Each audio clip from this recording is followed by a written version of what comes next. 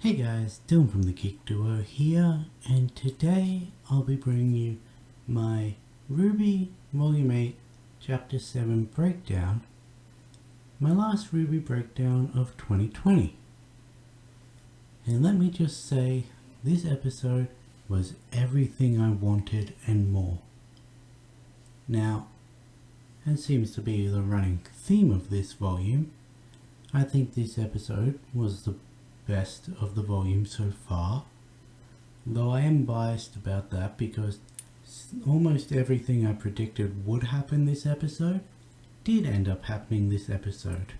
The episode begins with a peaceful shot of the Atlas farmlands before we see a swarm of sabers running through it to meet the Atlesian phalanxes guarding the outer wall of the city, consisting of hundreds of soldiers and several paladins and a couple airships. These paladins look to be like version 3.0 because we met the version 1 in volumes 2 and 3.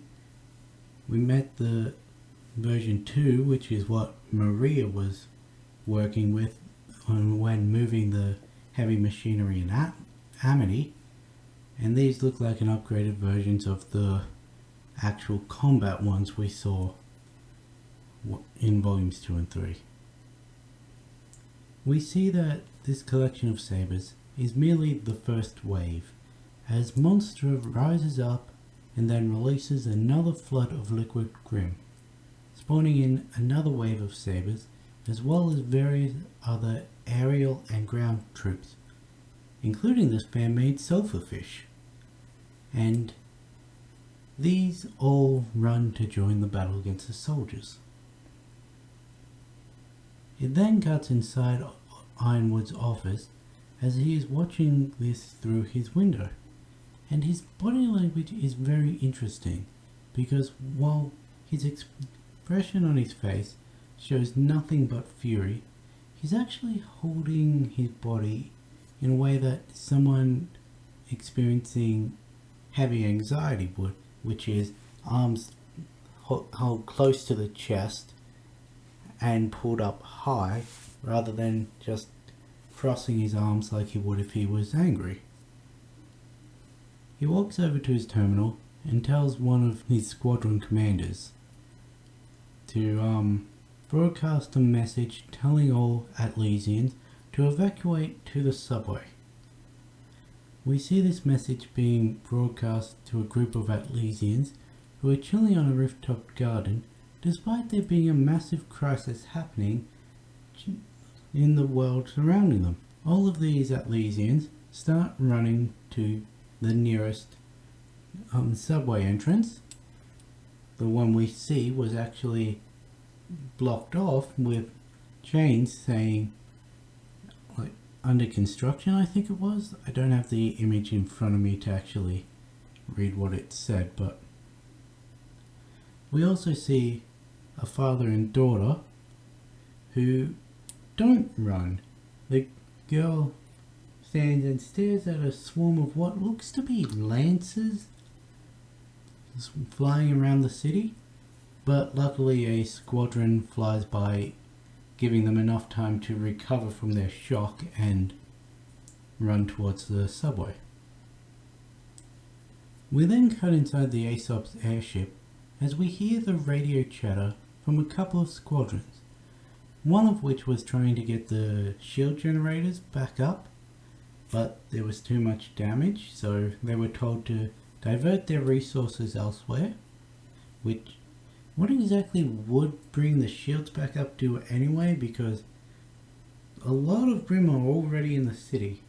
Sure, it would cleave Monster in half and stop any straggling flying Grim from being able to get there, but Monster would seemingly still be able to release the waves of liquid Grim, so who knows. Another squadron was reporting on how nothing that they physically did to Monster was doing any damage.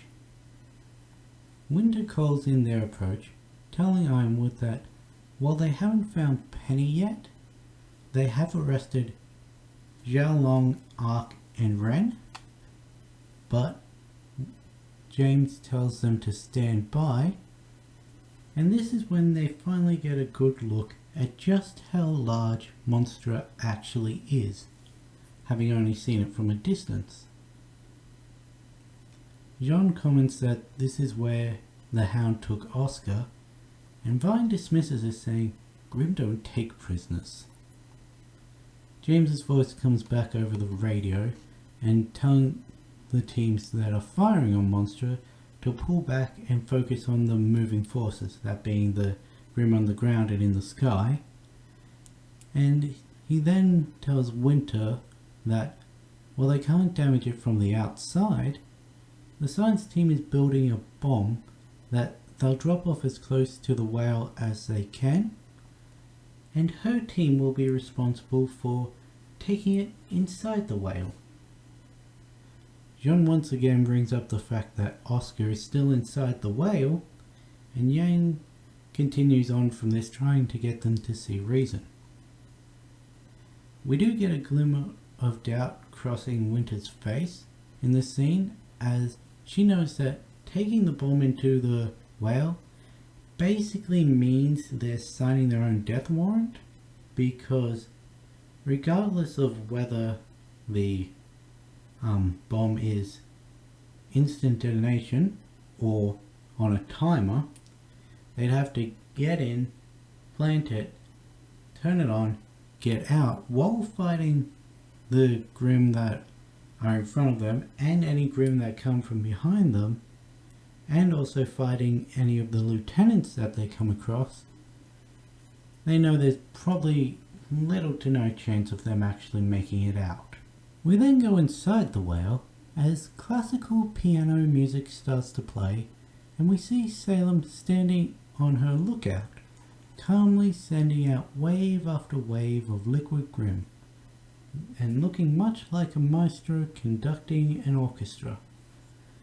The camera pulls back to show that Salem is being watched by Emerald, who then storms off, walking determinedly down the halls until she encounters a sea Grim, which she is able to hide from using her semblance. Which makes me wonder, what would happen if that sea Grim was being monitored at that moment? Like, as far as we know, Emerald's still only able to affect one mind at a time, so would the person watching through the Seer Grim count as a second mind that she would have to trick with her illusions? Or would the fact that they're looking through what is basically the Seer's eyes be enough for, if the Seer can't see it, the people watching can't see it?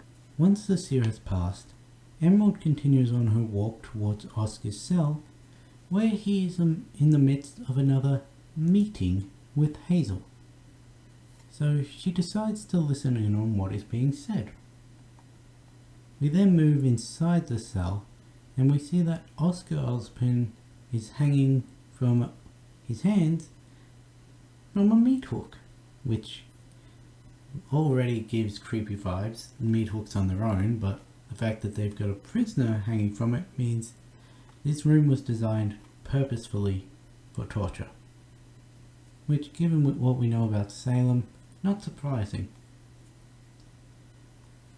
Hazel informs him that, were it not for the fact that he would simply regenerate again, Salem would have killed him for what he did in the throne room.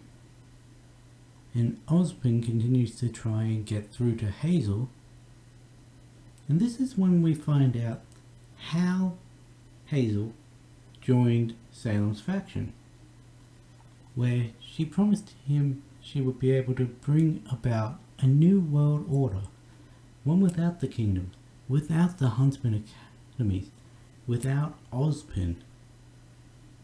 Though Oz just scoffs at this, telling Hazel that once again that once Salem brings the relics together, she'll create a new world order without anything, because there won't be a world for there to be anything on. This pisses Hazel off, And he elaborates on what he said last episode, that being, she's a force of nature, I've seen it myself. And he says that when she first tried to recruit him, he fought and killed her many times until he could no longer lift his arms. And the longest that she stayed dead, a few hours at most. Which begs the question, is it the amount of times that she's killed, like in total, increasing the amount of time she stays dead? Or is it the amount of times over a short period that increases the amount of time that she's dead? Or is it the way in which she's destroyed that? You see what I'm getting at? We don't know why she stayed dead for a couple hours, one or a couple times, yet not that long other times. Once he could no longer move his arms, she told him that he would be able to get the vengeance he needed, and the vengeance that Oz deserved. Ozpin agrees that, sure, I deserve anything you want to throw at me, but Oscar doesn't. Atlas doesn't. The whole of Remnant doesn't deserve to be punished for what I did. And Salem tricked him into thinking that vengeance would help him. And I just love the power in the line that Oz leaves this scene on, where he straight up says to Hazel, "You haven't done what you've done for justice. You've done it for yourself. Because she pushed you to think it would help you.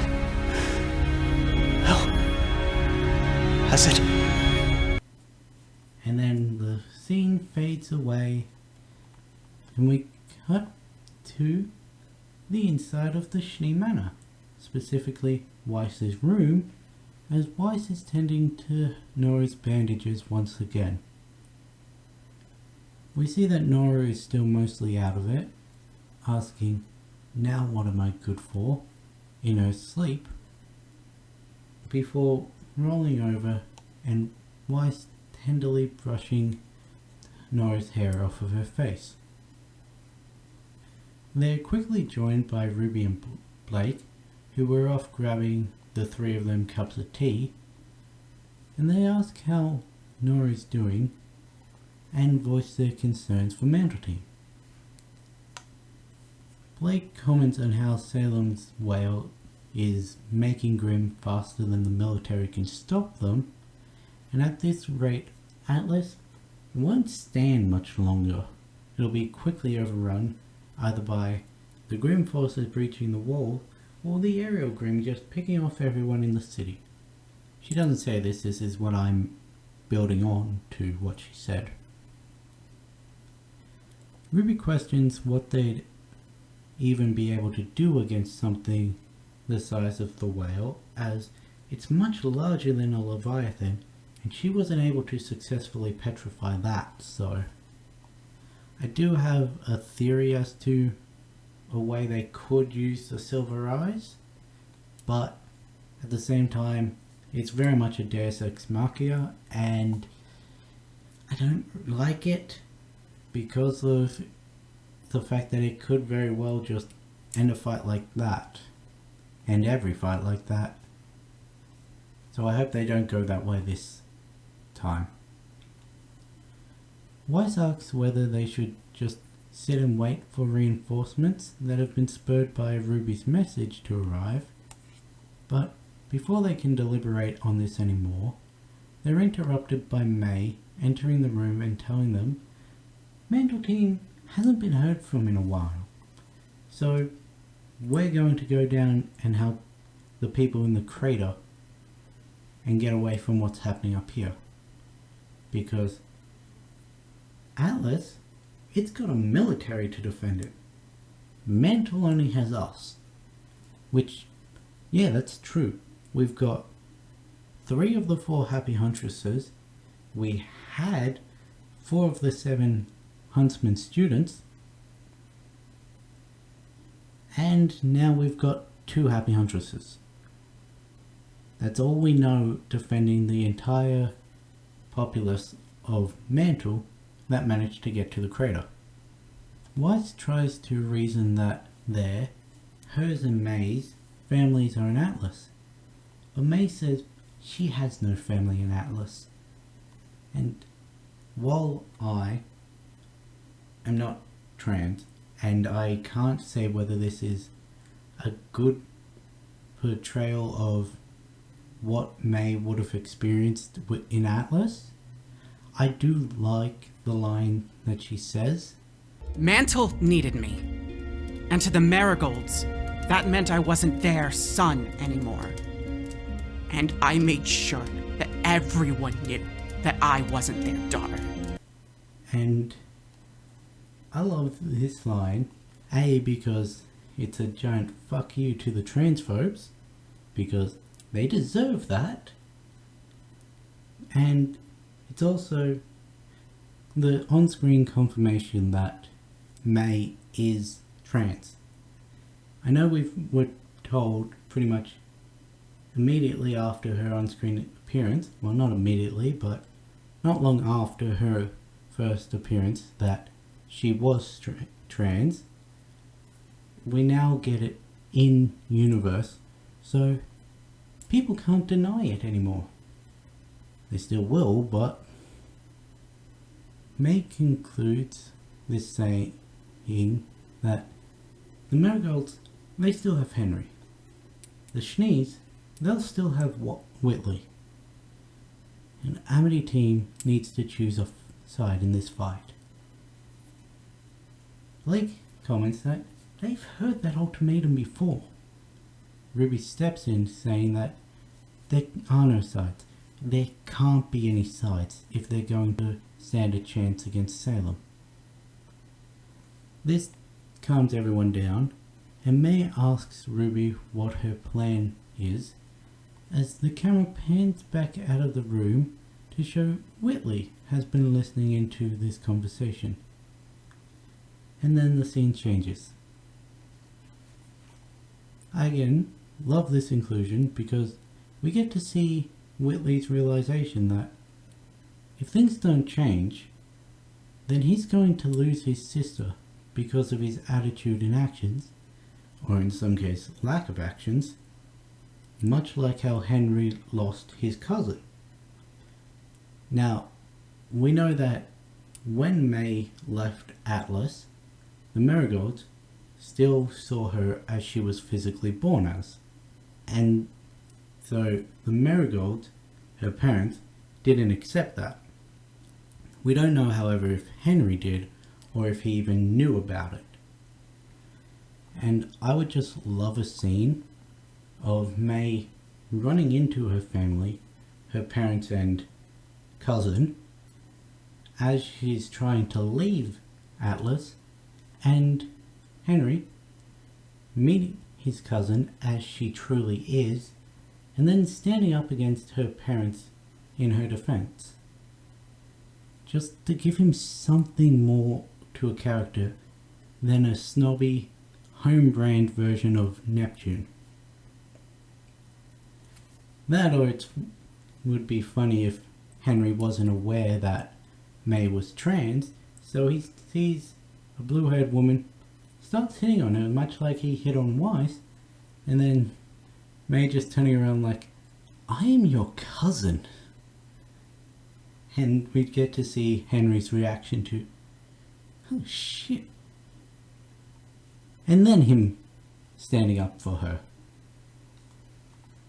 Basically, I just want them to do something with that character, because I don't like characters that are introduced just for a single gag, which was him hitting on Weiss at a fundraiser, yet not knowing why the fundraiser was even happening, showing how disconnected him and many Atlesians were from the rest of the world.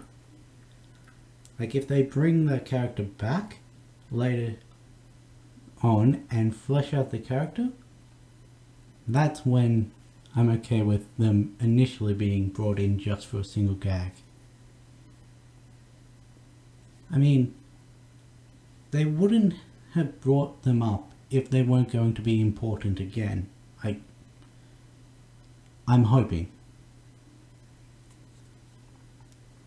Anyway, we cut back to inside Oscar's cell as he finishes telling Hazel about Salem's curse and her plan to get the gods to destroy all of Remnant by dividing the people beyond repair.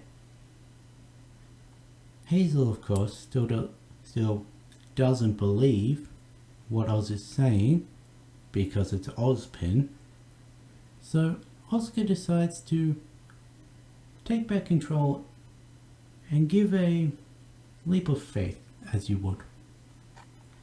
He tells Hazel Jin's name and that she still has one question left, which pisses Hazel off again, saying, after everything you've just told me all this time, you're just going to give her what she wants?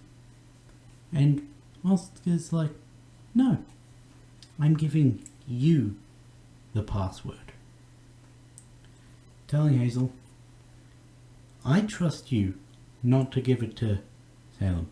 Use this information as you will to ask the question as to if I was telling the truth, to ask what really happened with Gretchen's death, whatever.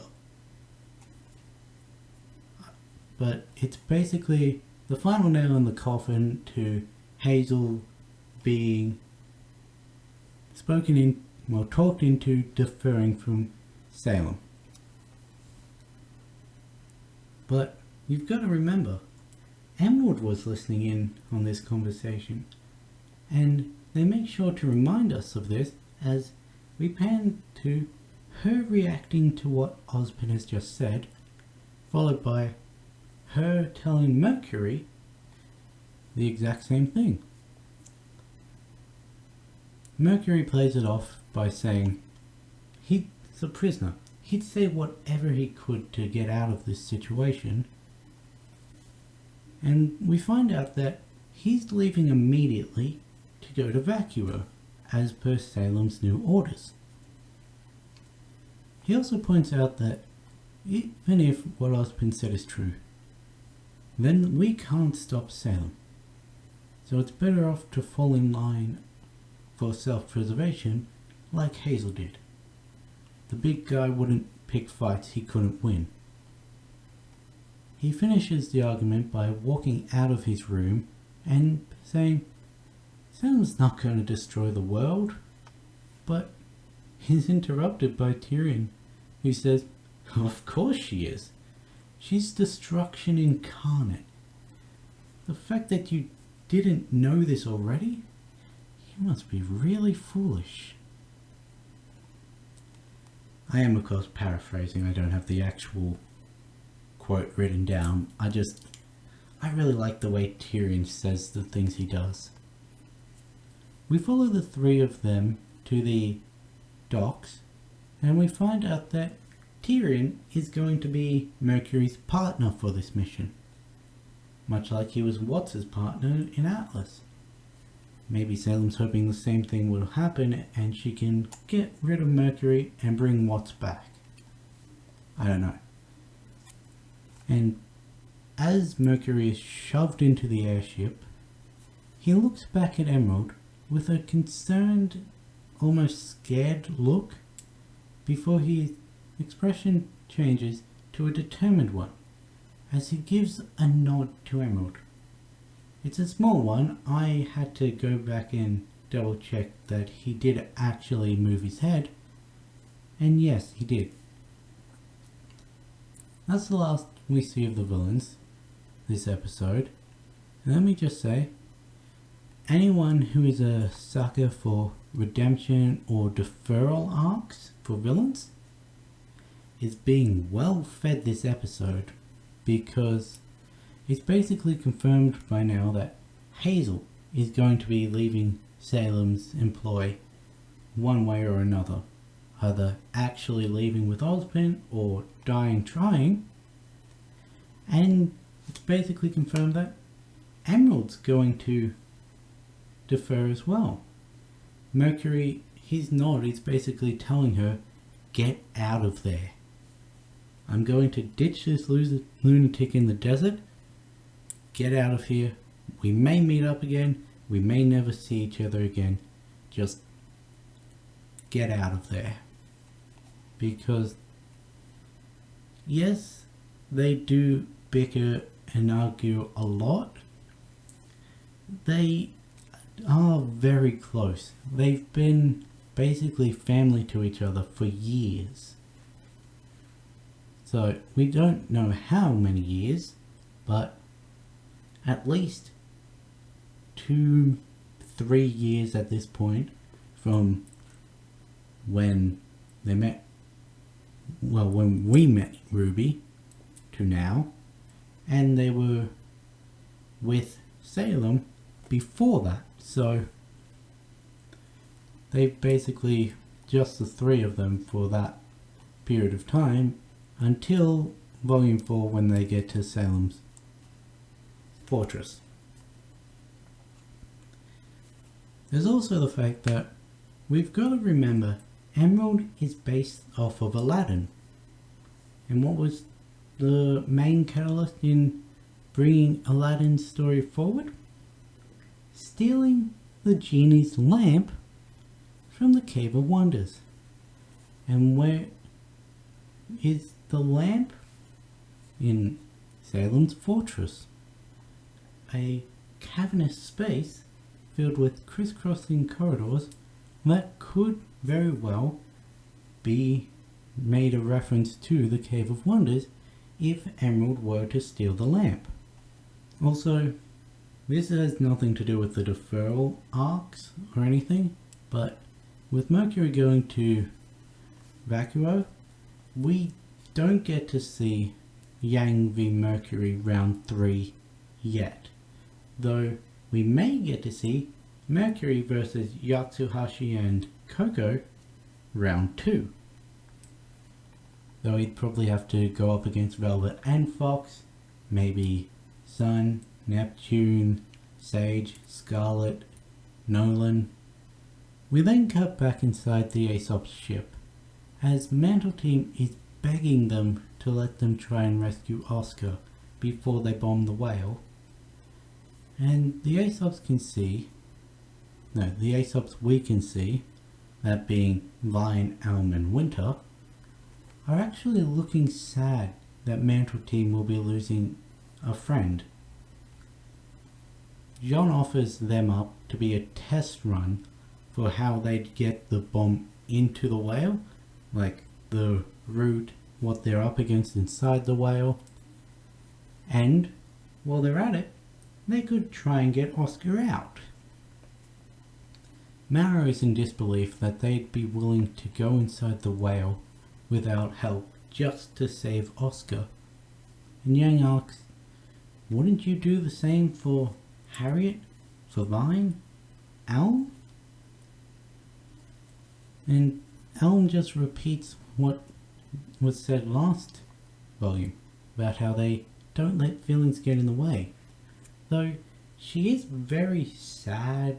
They also say that trading one life in return for potentially losing 3 is a stupid idea. But Ren speaks up about this in favor of saving Oscar, saying that we'd do anything to save him because we care about him. This surprises the Aesops. Harriet is the most shocked at this, saying, I thought you were the level-headed one, but you're just as naive as the rest. Because when you lose someone on your team, you move on, you replace them. Just like how Winter is replacing Clover, and Marrow replaced Tortuga.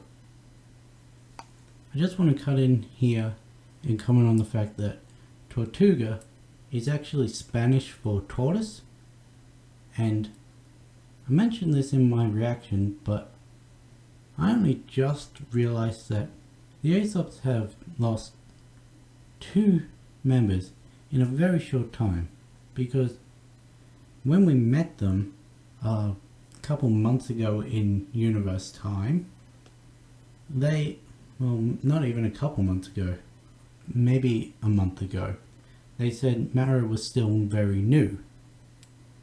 And then they lost Clover as well. Also, there's the fact that this was probably the worst person to say that there are acceptable losses and people can be replaced to, because Ren and Jean, they lost their teammate in their first year of training to be huntsmen. They were 18 at the time, and they lost someone who was basically family to them. So Ren, he snaps at Harriet. He yells at her and says that no one is replaceable. But before he can continue this rant, he suddenly pauses as he's looking at Harriet. The first time he's actually looked up throughout this entire altercation. And he notices that she's standing there, yet the background is all grayscale, and there are these petals floating around her.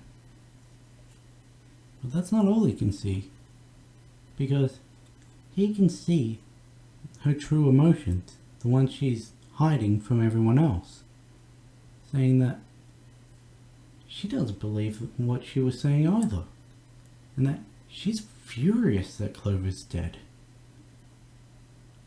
She even misses him, though she quickly tries to deny this as the petals turn more orange. He looks at the other Aesops and he can see petals floating off of them as well. He sees dark blue for Marrow, orange and a small bit of red for Owl, and light green for Vine. He doesn't see any of Yang, likely because he's choosing not to see any of Yang, because there's only one person highlighted at each time.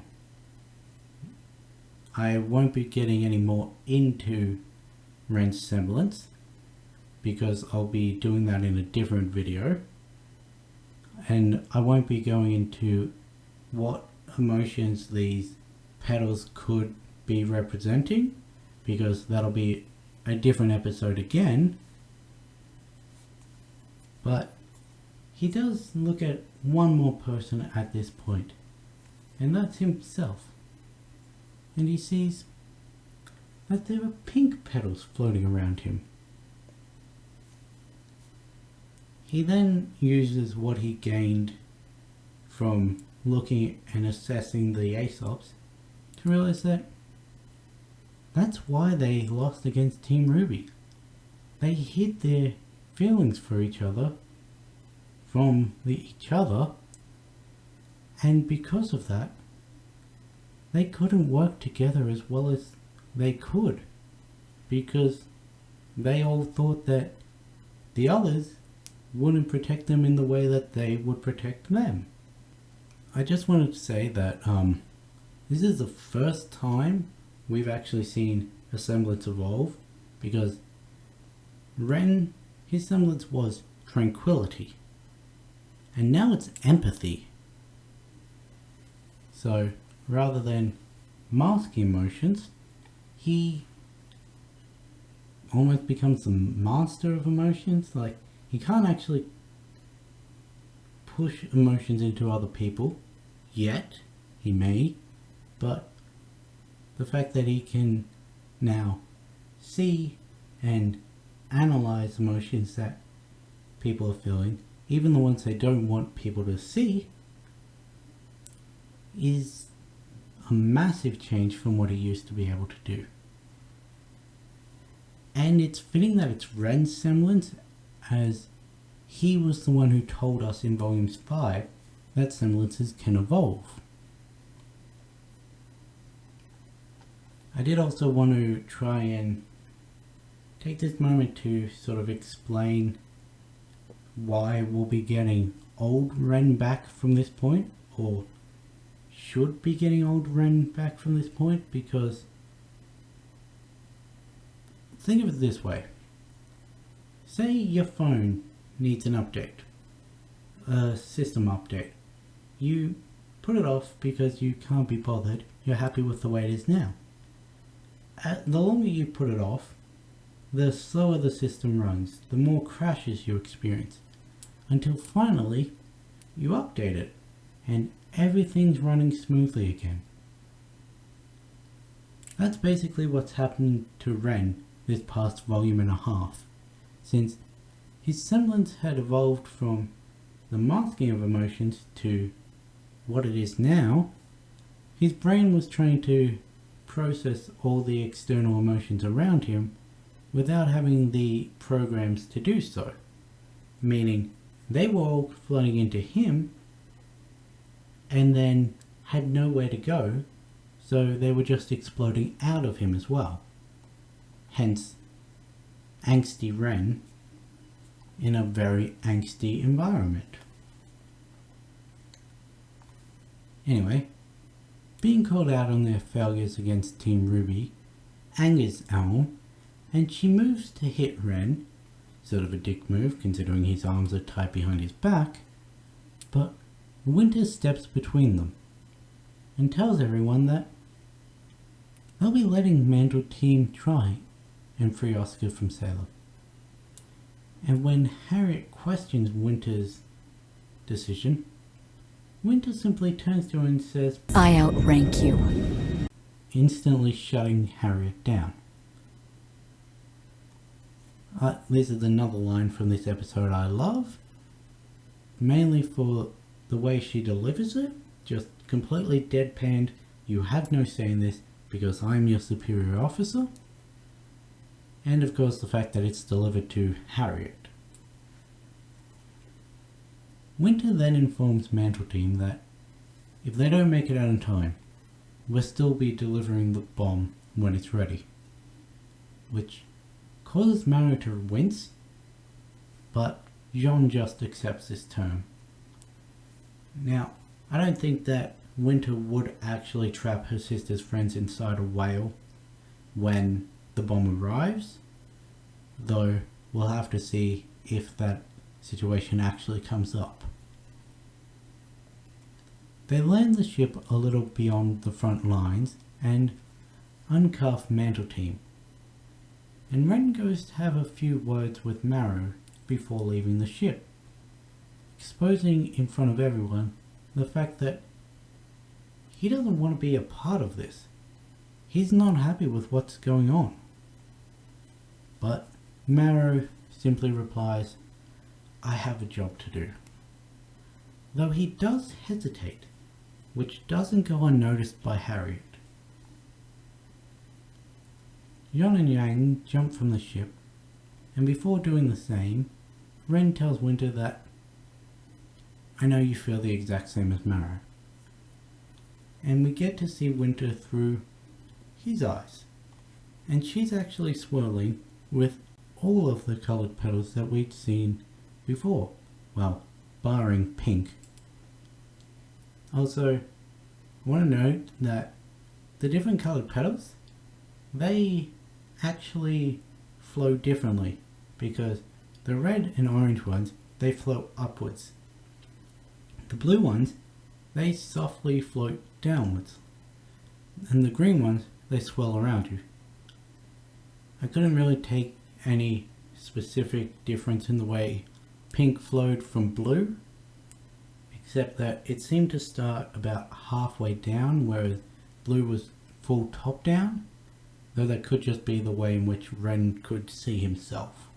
Our final cut for the episode is one that takes us back inside the Schnee Manor, as Ruby, Weiss and Blake are trying to convince May to help them with the fight in Atlas, suggesting they go free from Winter. But May says they can't help us now. Either you can come with me down to Mantle and protect the people down there, or I can drop you off at the front lines. And this would likely get Team RWBY arrested, because even though they're there to help fight off the hordes of Grimm, we've seen that The Elysian military isn't great at prioritizing which orders is more important to follow. They seem to follow them in order of when they get them. She tells them they need to choose, but before any of them can speak up, they're interrupted by a knock on the front door.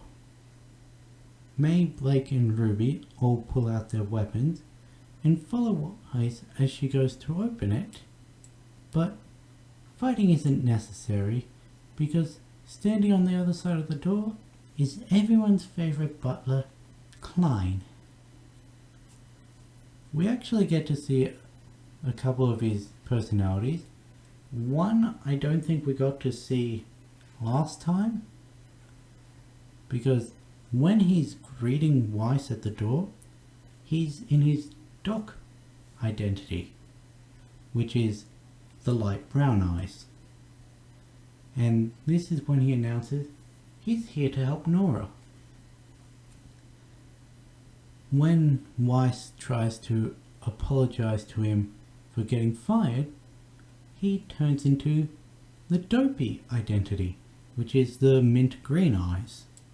And he tells her it wasn't his fault, wasn't her fault.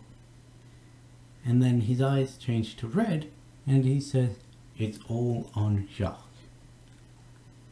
Weiss brings him inside, asks how did he know that he's had a friend that needed a doctor. But Klein just slips into his happy identity as he greets Whitley and thanks him for his call. Happy is light blue, by the way. He asks Whitley where the patient is, and when Whitley tries to give him directions to where Weiss's room is, he says, I haven't been gone that long. He heads up the stairs and gives Whitley a pat on the shoulder as he passes. The transition from grumpy to happy is also the only time we've seen Klein's eyes switch colour, because all the other times he's either been obscured by his hat, a tray, or his blinking in between personalities. But here his eyes are open, one frame they're red, the next they're blue. Whitley stands there awkwardly for a second before activating what I'm going to call tsundere mode, saying that I only did it because Nora needed a doctor. I didn't do it for you, meaning Weiss. And Weiss shocks him by saying that's why it means so much to her, the fact that he did it to help someone. And she then shocks him even more by walking over to him and pulling him into a hug. One that he sorely needed and definitely deserved, because this is probably the first time he's been hugged in years, and probably the first time he's been given a loving hug in even longer. Now, the scene from when Klein was introduced to when he went off screen already had me grinning like an idiot, but this hug made that smile even bigger because it was a tender moment. Unfortunately, one that didn't last long, as there was suddenly a loud crash outside. And I just wanted to make note before I get into what caused the crash, that when the crash happens, Weiss pulls away from the hug with her hand still on Whitley's shoulder, and then as she asks him, did you call anyone else by chance? She pulls the torso towards her, yet his feet stay exactly where they were, so he's just now awkwardly standing on an angle. Ruby opens the door and they see a giant smoking crater in the Schnee driveway that wasn't there when they opened the door a minute ago. So Ruby, Weiss and Blake all run over to the crater's edge to see what's inside. And they and us see a very damaged Penny. Now, she's not PvP damaged, but she's still the most damaged we've seen her, barring that moment, as she has electricity sparking down her limbs.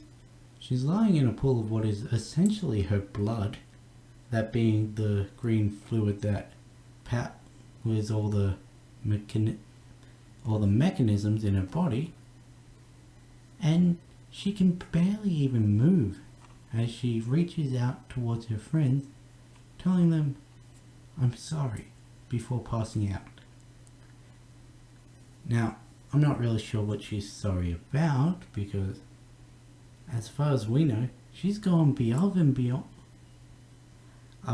and beyond what was needed of her. Anyway, that concludes the episode.